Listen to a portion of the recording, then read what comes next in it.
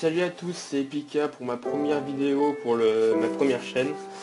Alors, une chaîne qui aura pour but de présenter le jeu Minecraft sous petits films qui seront donc organisés par moi et par prochainement un collègue qui s'appelle Jimmy. Tout d'abord, avant de parler du jeu et de commencer le jeu, je vais vous montrer les différents modes que nous avons utilisés au cours du jeu. Des modes qui pour l'instant seront en stand-by étant donné que nous sommes passés de 1.1 à 1.2 et de 1.2 à 1.23. Voilà. Qui sûrement passera du 1.23 à 1.24. Voilà. Les modes que nous utiliserons ne sont pour l'instant plus compatibles malheureusement avec ce que nous voulons faire. Donc nous allons nous contenter de commencer sans mode. Et par la suite ils nous rejoindront. Alors, Pipix, voilà, notre premier outil très utile et indispensable pour les vidéos que nous ferons. Too Many Item, le premier qui a réussi à se départager des autres qui n'ont pas fait leur mise à jour. Nous utiliserons aussi Matmos, qui est un logiciel permettant de faire ressortir les véritables bruitages de l'extérieur du monde réel dans le virtuel. Voilà, donc l'eau est reproduite comme une autre cascade, le vent dans les feuilles qui s'entrechoquent sera de la partie, les tremblements de terre lorsque vous êtes sur un volcan, c'est pareil, etc. etc. Nous utilisons également Millénaire qui est un mode qui vous permet de faire générer des villages autonomes. Donc des villages qui se créent, pas comme vos villageois tout marron, tout rose, qui ne sont pas vraiment très utiles à Minecraft.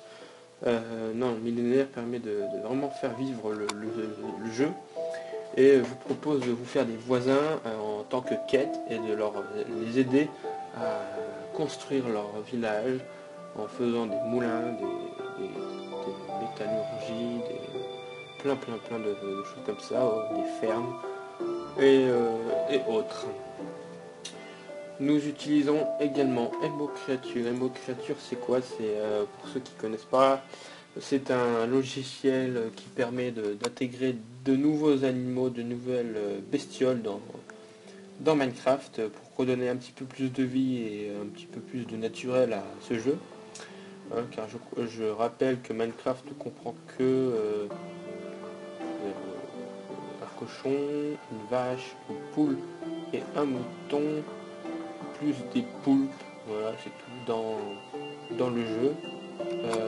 Pardonnez-moi si j'en ai oublié un. En tant que monstre, nous avons que des squelettes, des zombies, des araignées, deux araignées, plus des creepers qui sont tous très souvent là et qui sont lassants au final, car on ne voit que eux. Voilà, pareil pour les cochons, les poules, les vaches, ce ne sont que eux que nous voyons. Malgré les couleurs et puis les bruitages qu'ils font, je ne trouve pas ça très suffisant pour faire un jeu convenable. Voilà. Donc dans Embo Creature, vous pourrez voir différentes créatures, hein, des chevaux, de différentes races, des vaches, des chats, des poules, des tigres, des lions, des crocodiles, alligators aussi, mais en passant par l'eau, donc des dauphins, des requins, des tortues, pardon, des bruitages de grenouilles qui ont été rajoutés sans grenouilles, des piranhas, oui, des piranhas, vous avez bien entendu, des piranhas qui vous bouffent les pieds lorsque vous êtes dans l'eau. Vous avez également des scorpions qui sont très agressifs, hein. Ils sont aussi agressifs que les araignées. Ils montent sur les murs, ils rentrent dans les fenêtres si vous avez les fenêtres par malheureusement ouvertes sans vitre.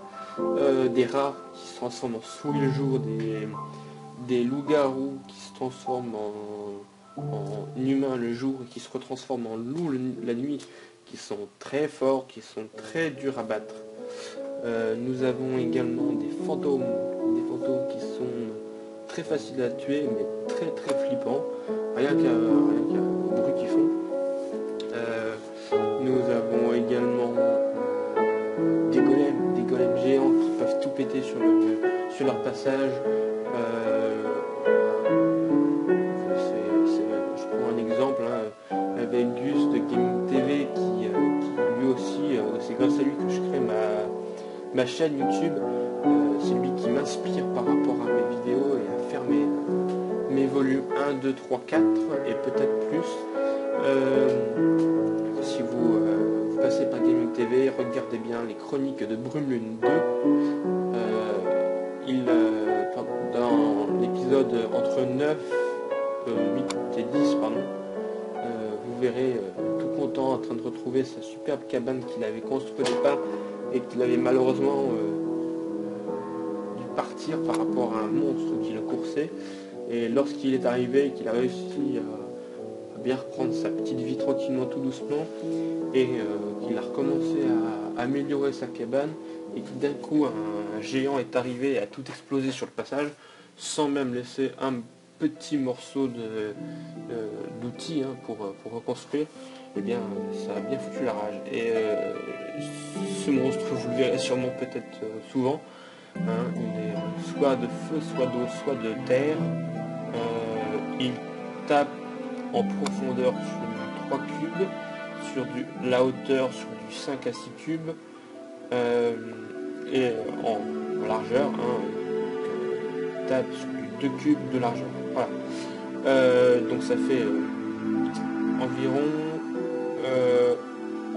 un bloc de TNT avec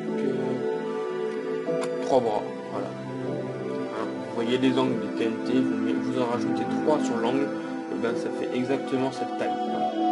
Si vous testez en solo, une TNT au centre, et de chaque côté de la TNT, vous en rajoutez 2 qui partent en l'air, 2 qui partent en bas. Et vous verrez bien ce que ça fait. Nous utiliserons également,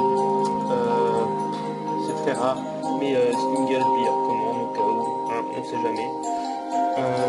Et un dernier que moi j'affectionne tout particulièrement et qui nous sera très très très utile dans le jeu. Il se prénomme Castle Defender, il a été créé par Azure.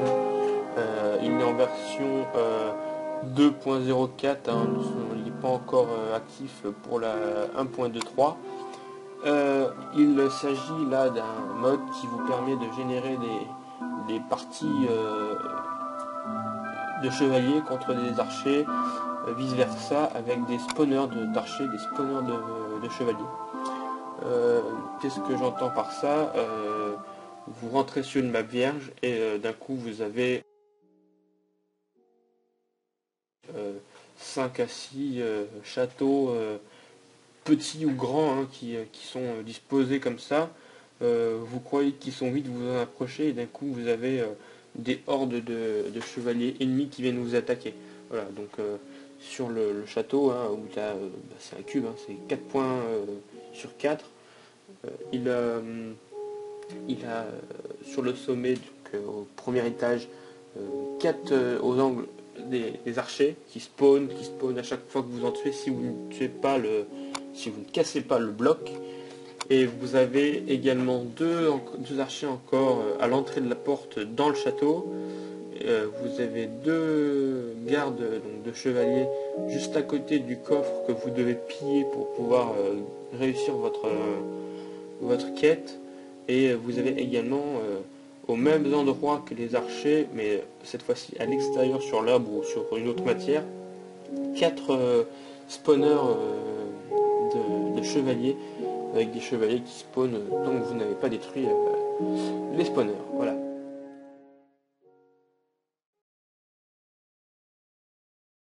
Merci d'avoir regardé ma première vidéo. Commentez. Ne soyez pas trop méchants avec moi dans vos commentaires et allez, à bientôt. Portez-vous bien.